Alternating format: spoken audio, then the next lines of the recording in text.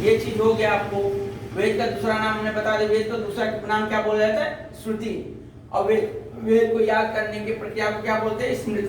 स्मृति।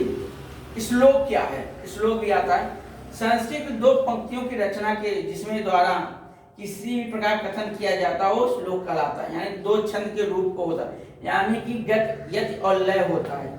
श्लोक किसमें कहते हैं? जिसमें गति हो, यति हो और लय हो, यानी जो गायन में हो, जो स्वर में हो, एक स्टार्ट हो दूसरे तक खत्म होने जो गायन पद्धति होता है उसे क्या कहते हैं? श्लोक कहते हैं। यानी कि संस्कृत या किसी भी चीज या शब्द को जो जोड़ कर गाया जाता है उसे क्या बोलते हैं? श्लोक बोला जाता है।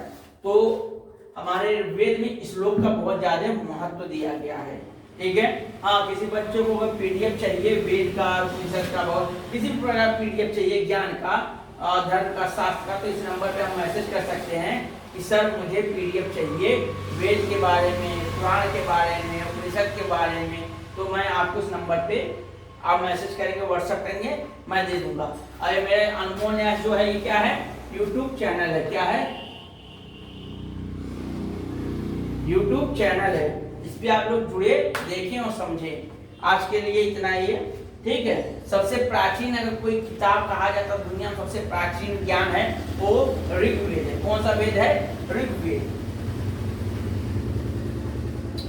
ठीक है। पहले जमाने में लिखने की प्रक्रिया नहीं होती थी, कॉपी नहीं होता था, पेन नहीं होता था।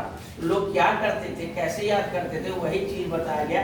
स्मृति और श्रुति, लोग एक दूसरे से सुनते थे और उसको याद करने की प्रक्रिया को ही स्मृति के तो बताया जाता था, कहानी तौर पे समझाया जाता था कि इंद्र देव थे ऐसे ऐसे करते थे, बारिश कराते थे, ये करते थे, वरुण देव थे ये करते थे, वर्षा हवा के रूप में बताया गया, पानी में। और सबसे बड़ी घटना हम ये बता दें, जो हमारे वेद में वर्णन देवी देवता के बारे में बताया गया वो पूरी दुनिया में वही देवी देवता है, उसके अलावा कहीं है। अब मिस्र की सभ्यता ले लो, वहां में भी इंद्र देव है, वरुण देव है, ठीक है, गंधर्व है, पहाड़ है, सब प्रकृति को भी पूजा करें। यूरोप कंट्री चले जाइए, वहां भी यही सारे देवता हैं, कोई फर्क है नहीं है। वो लोग अपना कोई देवता नहीं बनाए, सब कुछ यहीं से उठाकर कॉपी करके पेस्ट कर दिए, कहने यहाँ से उठा वहां रख दिए। उन्होंने अपना हवा बना लिए, उला बना लिए, अपना अपना देवता सबका नाम चेंज करते गए। ठीक है। तो वेद ही संपूर्ण जीवन का, संपूर्ण विश्व का सार है, ज्ञान का स्रोत ही वेद है। वेद से ही क्या जन्म लिया है? विज्ञान, ज्ञान, कला, शिक्षा, व्याकरण, निरूपण, ठीक है, भूगोल, त्रिकोणमिति, ज्योमेट्री, उसके बाद से आपका हस्तरेखा, चिकित्सा, उसके बाद से ज्योतिषशास्त्र, उसके बाद से कल्पशास्त्र, आयुर्वेद, उसके भोजन का जो बोलते हैं भोजन सामविधि, पूरा ये सब वेद से ही निकला, कहीं आगे से नहीं, इसके अलावा कुछ भी नहीं है। संपूर्ण जीवन में यही एक है जहाँ वेद से सब कुछ निकला। आज इतना समझ लिए वेद कैसे है, ईश्वरीय ज्ञान क्या है, वेद को समझाने के लिए श्रुति और स्मृति क्या है, वेद तक पहुंचे कैसे से हमारे ऋषि मुनि पहुंचे, तो क्लियर बता दिया। अब उन्होंने योग के माध्यम से समाधि में जाकर ज्ञान को प्राप्त किया था। ज्ञान क्या है? एक तरंग है। ज्ञान क्या है? शब्द क्या है? ऐसे तरंग है, इसको बोलते नहीं है ऐसे ऐसे चल रहे हैं कि आदमी जब तक उल्टा ऊपर नीचे चल रहा जीवित है, और जिस दिन सीधा हो गया उस दिन खत्म हो गया। लेकिन यहाँ पे क्या है? यही होता है, जब तक ऊपर नीचे चल रहा आदमी जिंदा, जिस दिन सीधा हो गया उस दिन खत्म हो गया।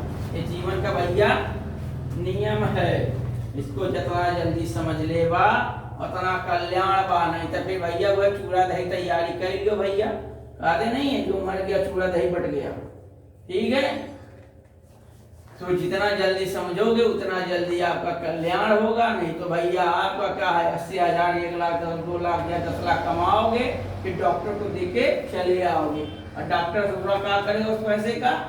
अपना घर बनाएगा। पता नहीं क्यों लोग अपने बारे में सोचते, समझ में नहीं आता, जबकि ना उसमें रह पा रहे, ना जी पा रहे, ना खा पा रहे।